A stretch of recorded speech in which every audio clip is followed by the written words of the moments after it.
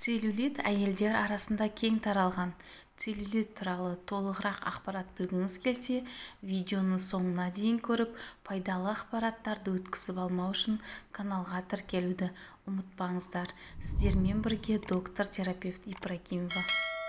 Целлюлит май жасушалары адипоцит ұлғаюынан пайда болады. Тері бетіндегі фация ортаңғы май және бұлшық ет қабаттан тұрады. Тері асты май қабаты қалыңдап бетіндегі фацияны итереді. Бұлшық ет семіріп қалады. Содан целлюлит пайда болады. Әйелдерде бөксе сан жақтарында целлюлит дамиды, яғни тері беткейі бүдір болады. Апельсиновая кожа деп аталады.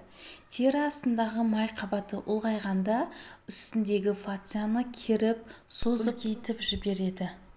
Оның дамуына алып келетін факторлар: тұқым қуалаушылық, гормон теңгерімсіздігі, қалқанша без функциясының төмендеуі, жас ерекшелігі, қан, лимфа, зат алмасу процестерінің бұзылысы, артық салмақ, аз қимылдау, темекі тарту, дұрыс тамақтанбау стресс алып келеді. Целлюлит әйелдер арасында кең таралған. Бұған себеп әйел жыныс гормоны эстрогенге байланысты, ал ерлер арасында аз кездеседі.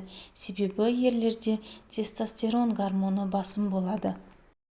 Әйелдерде эстроген доминирование, яғни эстроген гормонының көп болуы кездеседі, ал ол гормон майды өндіреді. Сондықтан эстроген доминирование ауруын емдеу керек.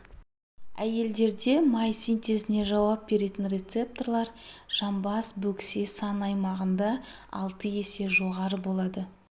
Ұзақ уақыттық стресс кезінде кортизол деңгейінің жоғарылауы және жеңіл углеводтарды көп қабылдау, аз-аздан жиі тамақтану инсулин деңгейінің жоғарылауына алып келеді, ал олардың барлығы целлюлитке себепші. Витаминді жеткіліксіздігі де оның дамуына алып келеді. Целлюлитке қарсы щетка қолдану, целлофанмен орап қою, банка қою, массаж жасату, целлюлитке қарсы кремдер барлығы уақытша ғана әсер етеді, ал сіз себебімен күресуіңіз керек. Себебі сол аймақпен жұмыс жасағанда қан айналымы, лимфа айналымы, зат алмасу процестері жақсарады. Ем уақытша ғана болады. Целлюлитті бірден емдейтін сиқырлы таблетка жоқ, себебі ол жылдар бойы пайда болады. Сондықтан бірінші себебін анықтап, май клеткаларын кішірейту керек. Біздің күнделікті өмір сүру салтымыз, тамақтануымыз, әрекетіміз барлығы өмірімізге үлкен әсер етеді.